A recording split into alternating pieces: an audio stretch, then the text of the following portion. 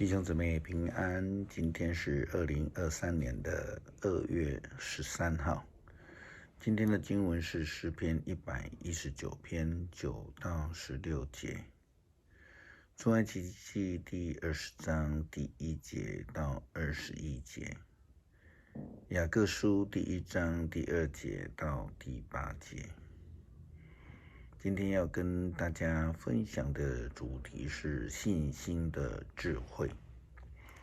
信心的智慧，信心是要有智慧的，而有智慧的人才能够有信心的愿意去依靠上帝。旧约摩西所颁布的十诫是为了要让住在埃及他们住了430年的这个以色列人能够有规范的去遵行上帝的诫命与道路，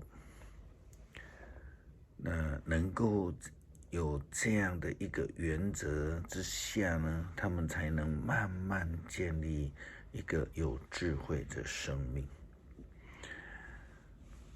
出埃及记的经文这样说到，上帝做了以下的指示：我是上主你的上帝，我曾经领你从被奴役的埃及地出来，我以外不可敬拜别的神明，不可为自己造任何的偶像，也不可仿照天上、地上或地底下水里的任何形象，不可跪拜或侍奉任何偶像，因为我是上主你的上帝，我绝不容忍跟我对立的神明。恨恶我的，我要惩罚他们，甚至到3、4代的子孙。但爱我、遵守我命令的人，我要以慈爱待他们，甚至直到1000代的子孙。不可滥用我的名，凡滥用我名的人，我上主你的上帝一定惩罚他。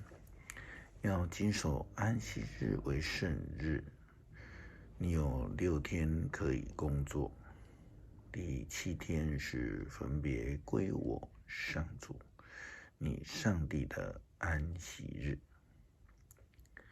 这一天，无论是你的儿女、奴仆、婢女、牲畜，或是侨居的外族人，都不可工作。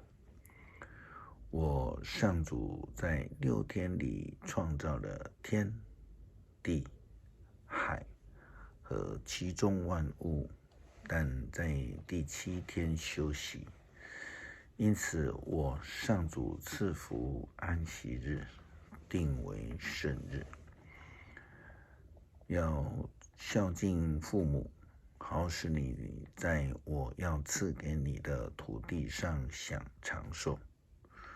不可杀人，不可奸淫，不可偷窃，不可作假见证陷害人，不可贪渎别人的房屋，也不可贪爱别人的妻子、奴仆、婢女、牛、驴和其他东西。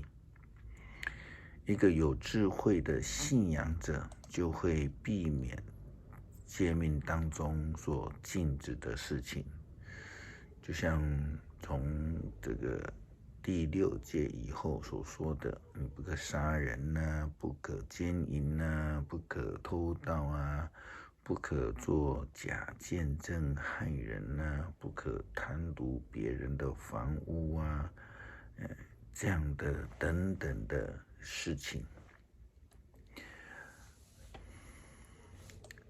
因为这才是上帝的道路，是上帝要我们走的一个方向，然后跟随他的人才能脱离凶恶。我们在过去也曾经分享过敬畏的上帝的概念，人们必须会懂得畏惧上帝，才能够进入到下一个阶段，就是尊敬、敬虔的阶段。所以我们也看到，在今天的旧约经文摩西所颁布的十诫后面，看到了对以色列人所说的一个情况。他说，人们听见雷轰和号角声音，看见闪电和山上冒出的烟，都非常的害怕，远远的站着。他们对摩西说，请你向我们说话，我们必定聆听。若是上帝向我们说话，恐怕我们会死。摩西回答他们，不要害怕，上帝出现是要考验你们，使你们时时的敬畏他，不至于犯罪。这就是刚刚离开埃及的以色列人，他们第一次与上帝这样面对面领受上帝的诫命，也因为对上帝的陌生而产生畏惧，使得他们也愿意学习遵行上帝的诫命，会求取上帝的智慧。雅各书非常强调信心的实践。圣经告诉我们，兄弟姐妹们，你们遭遇各种试炼，应该认为是可庆幸的事，因为知道你们的信心经过了考验，就会产生忍耐。你们要忍耐到底，才能达到十全十美，没有任何欠缺。如果你们当中有缺少智慧的，应该向上帝祈求，他会赐智慧给你们，因为他乐意丰丰富富的赐给每一个人。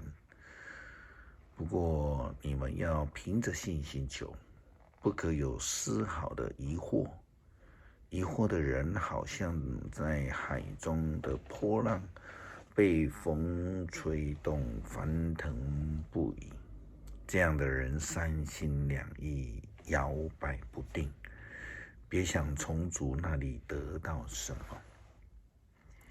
信心能够经历考验，必须要忍耐到底的人，就是有智慧的。因为懂得信靠上帝，倚靠上帝，缺乏智慧的人就必须要向上帝祈求，这样就可以得到上帝所赐的智慧。因为雅各书说，上帝乐意丰丰富富的赐给每一个人，但是必须要凭借着信心来求，不可以有怀疑。也就是说，圣经告诉我们，信心跟智慧是一体两面的事情，是分不开的。所以圣经也告诉我们，敬畏耶和华是智慧的开端。诗篇119篇第9节到第16节这样说道：年轻人要怎样过着纯洁的生活呢？就是要遵行你的命令。我一心要寻求你，求你使我不背弃你的诫命。我把你的话存在心里，免得我得罪你。上主啊，我颂赞你，求你把你的法则教导我，我要高声传述你所立的一切法则。我渴慕你的法律，远胜过一切财富。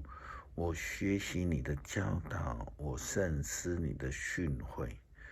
我以你的法律为乐，我不忘记你的命令。这就是圣经里所说的智慧，追求上帝的诫命，恳求上帝赐下智慧。